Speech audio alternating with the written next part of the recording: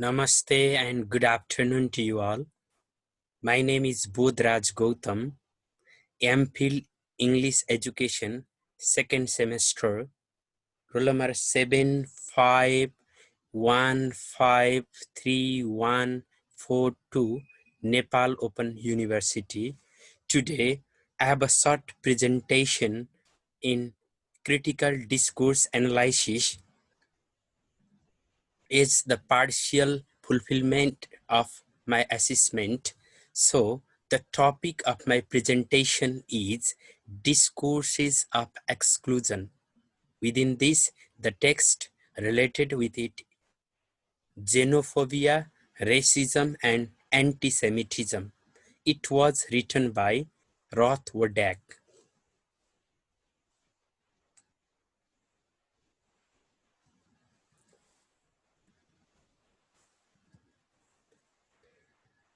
Let me introduce the author of the text at the beginning. Rothwardek is a lady, was born on 1950 AD. For 30 years, she taught applied linguistics at the University of Vienna, Austria, and then from 2004 onwards, discourse studies at Lancaster University, UK.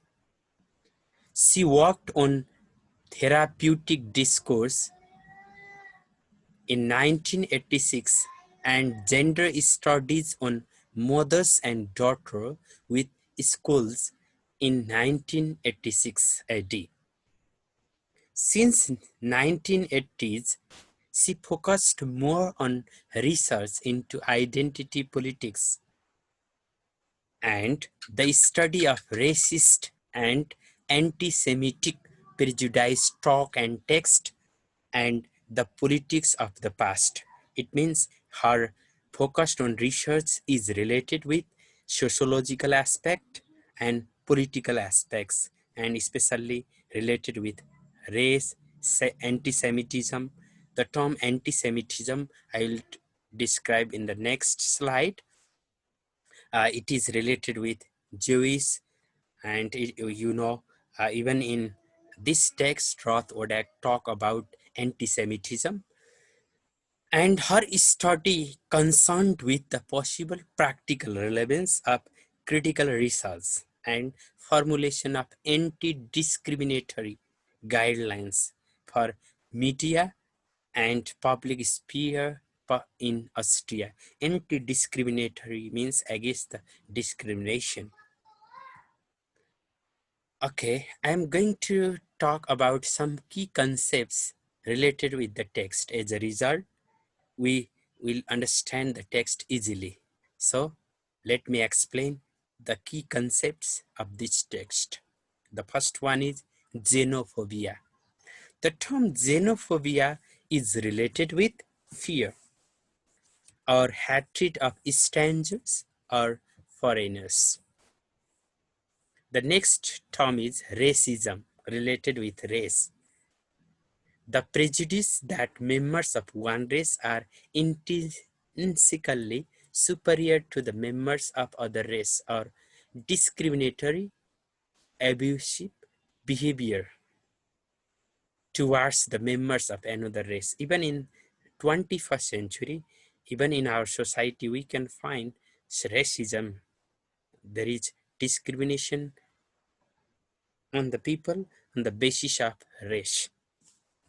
Anti-Semitism, the term uh, was even talked by famous scientist Albert Einstein in his philosophy, and it refers the intense dislike for or and prejudice against Jewish people. Okay, Jewish people, we studied in previous classes. Jew people were suppressed and behaved badly by Hitler in Germany as well. And the next term is implicature, the action of implying a meaning beyond the literal sense of what is explicitly stated. For example, saying the frame is nice, it means if anyone says the frame is nice, that implies he doesn't like the picture inside it. The frame is nice, frame, he likes the frame but not the picture. And presupposition, it is also somehow related with, they have the connection with implicature as well. Implicature and presupposition are the terms we're familiar in linguistic studies as well. So presupposition refers to an implicit assumption about the world or background belief relating to an utterance whose truth is taken for granted in discourse. For example, he can't obtain good result at this time. It presupposes that he had good result in previous examinations. That it presupposed. So the next term is insinuation.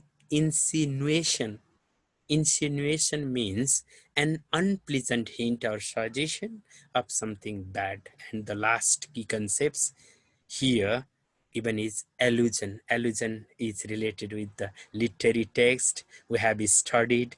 It is one of the features of literary writing as well.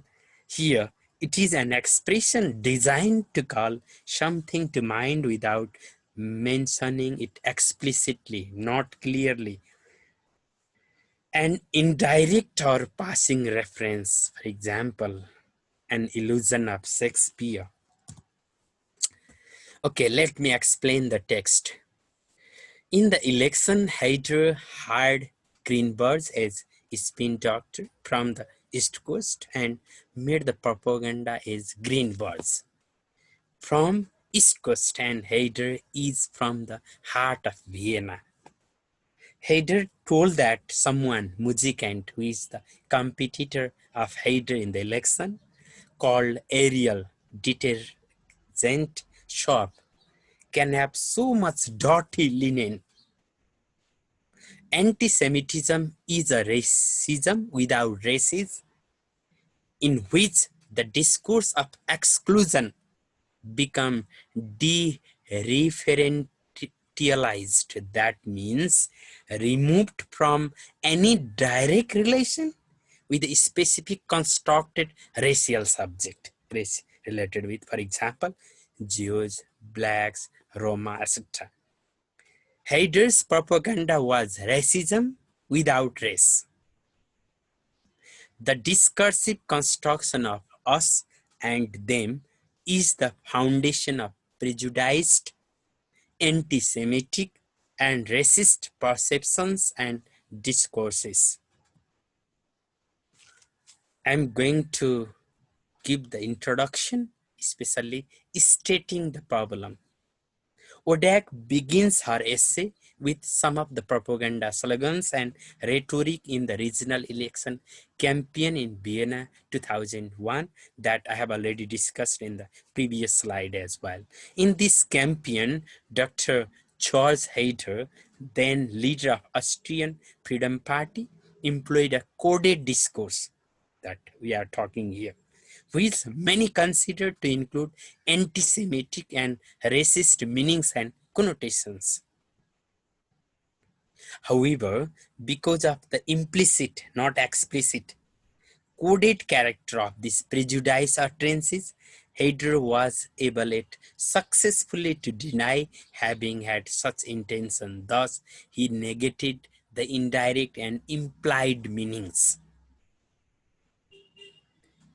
Here, the text talks about pragmatic toolbox that is to be able systematically to detect and analyze anti-Semitic traces, the hidden and coded meanings.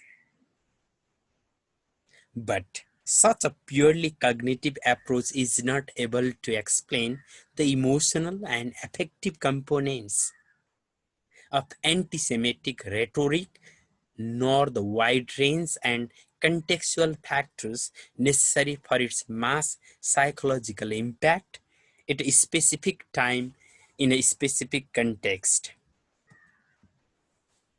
The concept of text, discourse, context, and context have to be have to be clarified and theorized in an interdisciplinary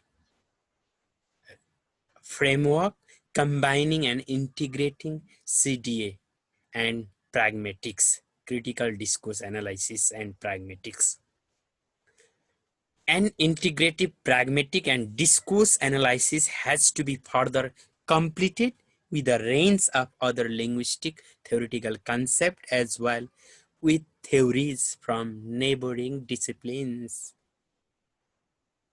Historical analysis of anti-Semitism and its verbal expression, socio-cognitive analysis of collective memories and frames, socio-political analysis of election campaign, genre theory, the settings means speakers of concrete utterances, the context of each utterance and verbal expressions have to be analyzed. With regard to linguistic, pragmatic or grammatical approaches are the procedures and stages for analysis suggested by ODAC. And next subtopic, I am talking the immediate context of the incriminated utterance. ODAC lists interesting presupposition in Haider's utterances during election campaign. First, Muzikant, the competitor of Haider, has involved in criminal moves because he seemingly exploits the interest of Holocaust survivors for himself and his business. Secondly, and simultaneously, a chain of anti-Semitic insinuations and its associations are triggered by this presupposition, that is, Jews are rich, are all businessmen, etc. Through abusive wordplay, we can create a picture of someone we compete with through prejudiced frame in front of the audience. The term East Coast that I have already talked, green birds and the heart of Vienna, that is the mayor of Vienna, is the implicator connected to presupposition. The Socialist Party means the party of Hitler seems dependent on Jews, so they were sympathized as we are all victims is regarded presuppositions, whereas criminalization of muzikant is pursued as allusion and wordplay. Hence, argumentative pattern can be adequately analyzed with the help of pragmatic concept, namely through detaching presuppositions, wordplay, implicates and allusions. As a result, Haider won the election. Thank you.